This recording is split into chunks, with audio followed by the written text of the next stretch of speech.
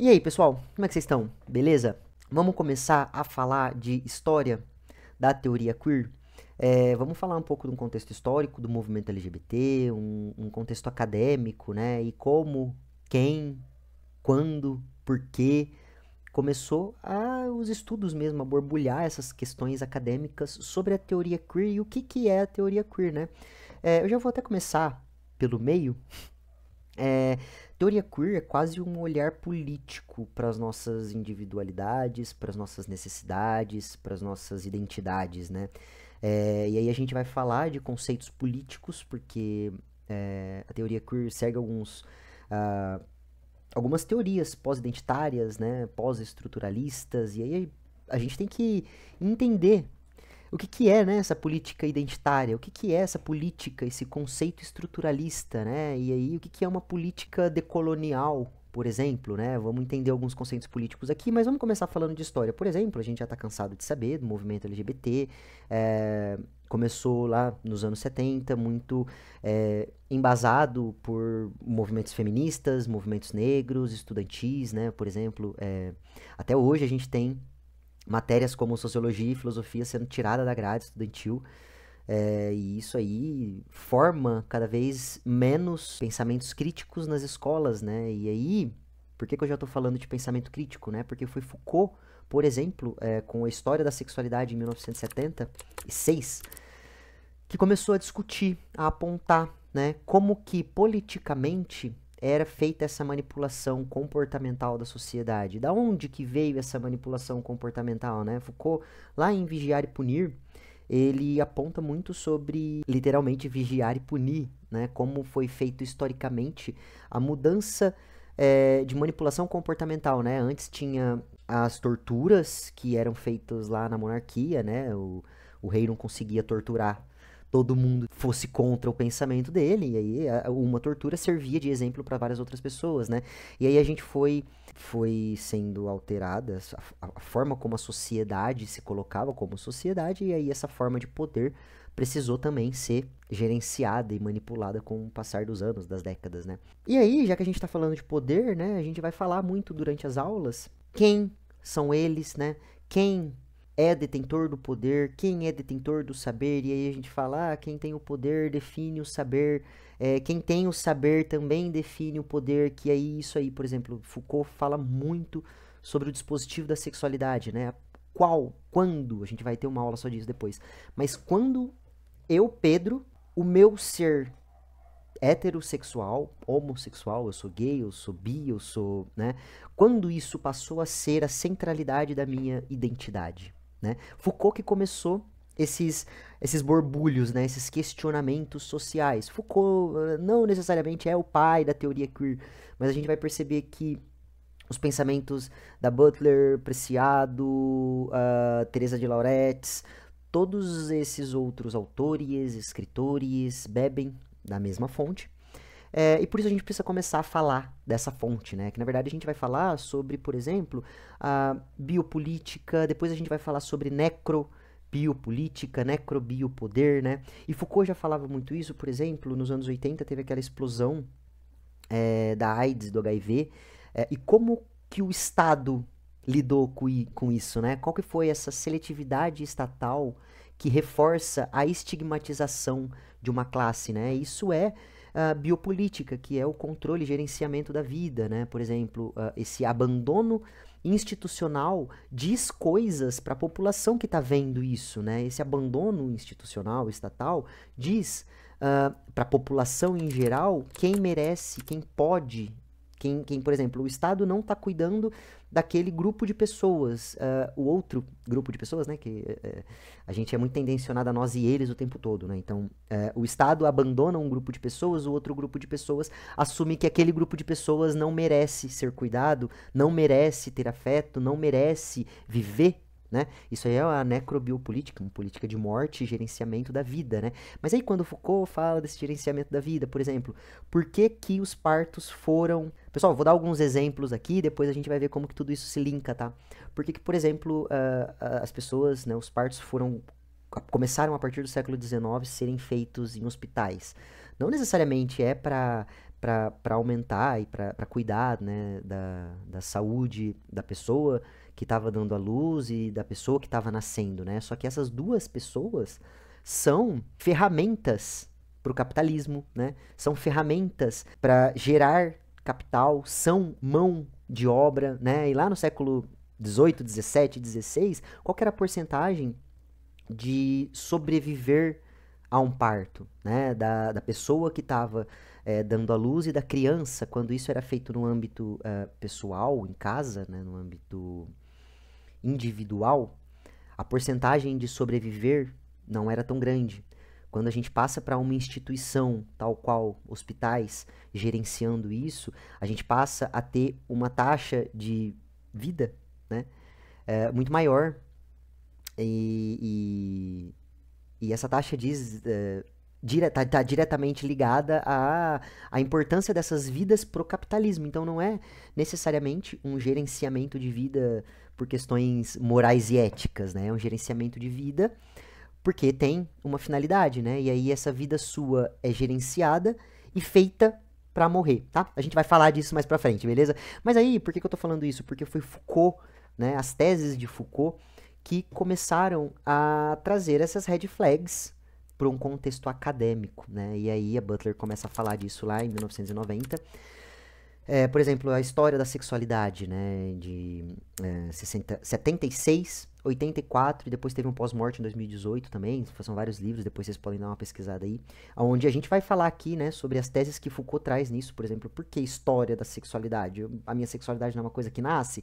Ah, não, mas aí Foucault vai falar, ó, a gente está exposto a uma série de discursos que formam o nosso individual, né? Uma série de discursos, de normas, de regras. E a teoria queer convida a gente a questionar essas normas, essas regras que ditam o que é verdade pra gente, né? E aí a gente pode começar a conversar a partir dessa desnaturalização do normal sobre algumas críticas políticas que reforçam e nas quais, né, a teoria queer é embasada. Por exemplo, uma política identitária, né? A teoria queer, ela é embasada numa política pós-identitária. A teoria queer, ela é embasada numa política pós-estruturalista, uma política decolonial. Mas para a gente entender o que é uma política pós-identitária, eu preciso explicar para vocês o que é uma política identitária, o que é uma política estruturalista, né? Então vamos lá que a gente vai entender um conceito por vez, e aí a gente vai formar e a gente vai entendendo o que exatamente a teoria queer convida a gente a questionar, né? Porque a teoria queer, ela é um convite literal que a partir do momento que a gente vê algumas coisas, a gente entende algumas coisas, a gente não consegue mais desver aquilo, e a gente vai trazendo e a gente vai entender, principalmente nos nossos encontros, como que isso forma o nosso individual, tá? Pessoal, vamos começar a entender o que é uma política identitária, tá? Por exemplo, a política identitária busca reconhecimento e direitos com base em categorias fixas, como mulher, negro, gay, trans, né? Valorizando o orgulho e a visibilidade desses grupos historicamente oprimidos, tá? Então, assim, eu até levei um vídeo pro YouTube legal hoje, né? Por exemplo, o trans não tem... o termo trans não abrange todas as necessidades sociais e políticas, necessidades básicas de saúde, de educação, para todos uma categoria de trans, né? Para toda a categoria de mulher, e a gente precisa tomar alguns cuidados, né? Por exemplo, numa política identitária, a categoria de mulher, aonde que entra a mulher trans numa categoria de mulher? Aonde que entra o homem trans, a pessoa transmasculina, né? Aonde que entra a pessoa não binária numa categoria de homem e mulher, né? Aonde que entra a pessoa trans negra, no caso ali, a mulher trans negra, né? Numa categoria de pessoas negras, numa categoria de mulher. A gente percebe que uma política identitária muitas vezes pode estigmatizar as caixinhas, né? E a gente precisa tomar alguns cuidados porque isso embasa algumas teorias radicais, né? Por exemplo, uma política de exclusão das mulheres trans da categoria de mulher. Então, uma política pós-identitária convida a gente a uma crítica a essas categorias fixas. A perspectiva pós-identitária propõe uma abordagem mais fluida que reconhece as identidades como construções históricas imutáveis. Eu estou grifando aqui a minha colinha como vocês estivessem vendo, né? A gente percebe já então que uma perspectiva, né, uma visão de uma política pós-identitária, por exemplo, vai convidar a gente a olhar para essas construções históricas como mutáveis. E aí, falando de construções históricas mutáveis, a gente precisa falar de uma política pós-estruturalista também, né? E aí, o que é o estruturalismo? O estruturalismo entende que há estruturas universais como linguagem, cultura ou o inconsciente que organizam a experiência humana de forma previsível e estável, tá? Então, o estruturalismo parte do princípio de que existe uma estrutura, por exemplo, a linguagem é uma estrutura, né?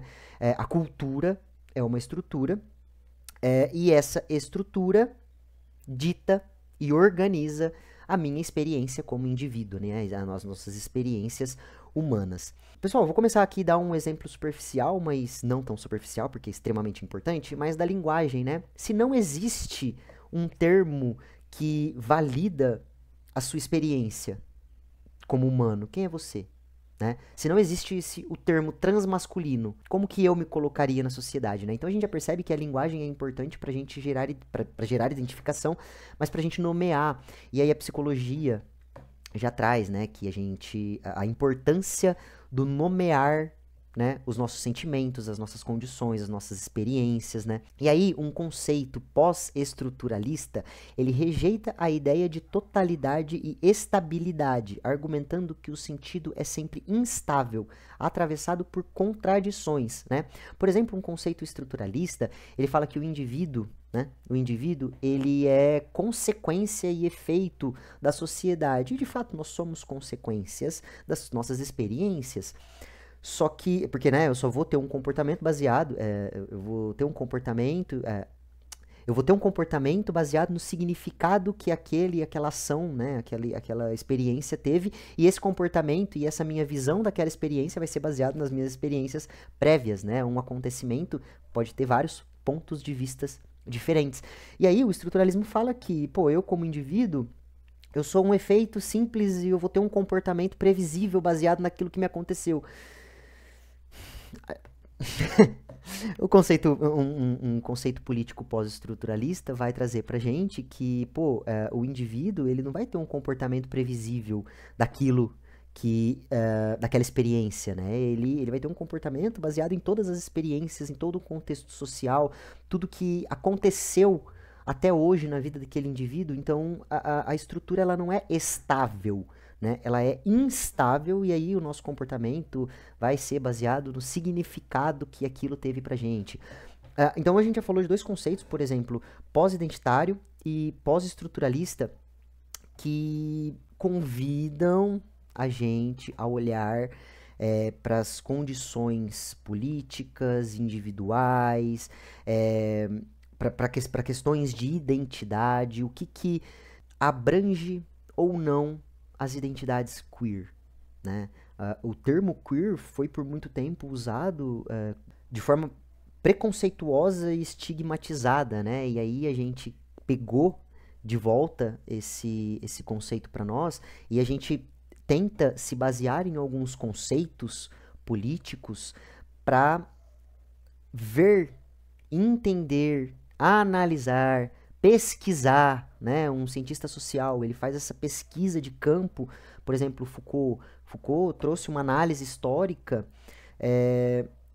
sobre como as nossas identidades foram sendo, e vêm, né, sendo moldadas até hoje, quais ferramentas e tecnologias moldam as nossas identidades. Por exemplo, a principal linha de pesquisa do Preciado, né? O Preciado fala muito sobre como questões farmacopornográficas formam quem nós somos hoje, né? A gente vai ter aulas específicas disso daí, mas, por exemplo, como instituições, a escola, a família, a igreja, hospitais, o direito, né? Quem é preso hoje no Brasil? Quem é preso político? hoje no Brasil, né? Mas aí, quando a gente está falando então de conceitos políticos e a gente vive num país que foi colonializado, a gente não pode deixar de falar de uma política decolonial, né? Que na verdade ela propõe romper a lógica que sustenta a modernidade, que na verdade está falando pra gente que o racismo moderno é uma engrenagem fundamental da modernidade que a gente vive, que a gente está inserido como um indivíduo. E aí, né, uma política decolonial exige desestabilizar os fundamentos que definem quem pode ser reconhecido como sujeito, valorizando sabedorias ancestrais, conhecimentos indígenas, afrocentrados e questionando a ideia de que há uma forma legítima de existir ou conhecer, abrindo caminho para múltiplas formas de vida epistemológicas silenciadas com a lógica colonial, né? Então a gente percebe que todos esses conceitos que eu estou trazendo agora é uma forma de olhar para as nossas necessidades como indivíduo e não só das nossas necessidades, mas como nós estamos sendo gerenciados como indivíduo e quem pode, quem não pode, quem pode viver, quem pode morrer, quem deve trabalhar, quem pode ter certos privilégios, né? A teoria queer convida a gente a fazer esses questionamentos da nossa própria identidade, mas das nossas identidades políticas e sociais, né? Como um projeto de despolitização vem sendo colocado para nós, para manipular a nossa essência e a nossa própria individualidade, né? Foucault vai cansar de falar pra gente como com o dispositivo da sexualidade vem sendo aplicado, né, na nossa vida e nas nossas microfísicas do poder, né? Como o poder vem sendo institucionalizado na nossa vida cada vez no menor local e que a gente não percebe, mas a gente reproduz esses comportamentos, né?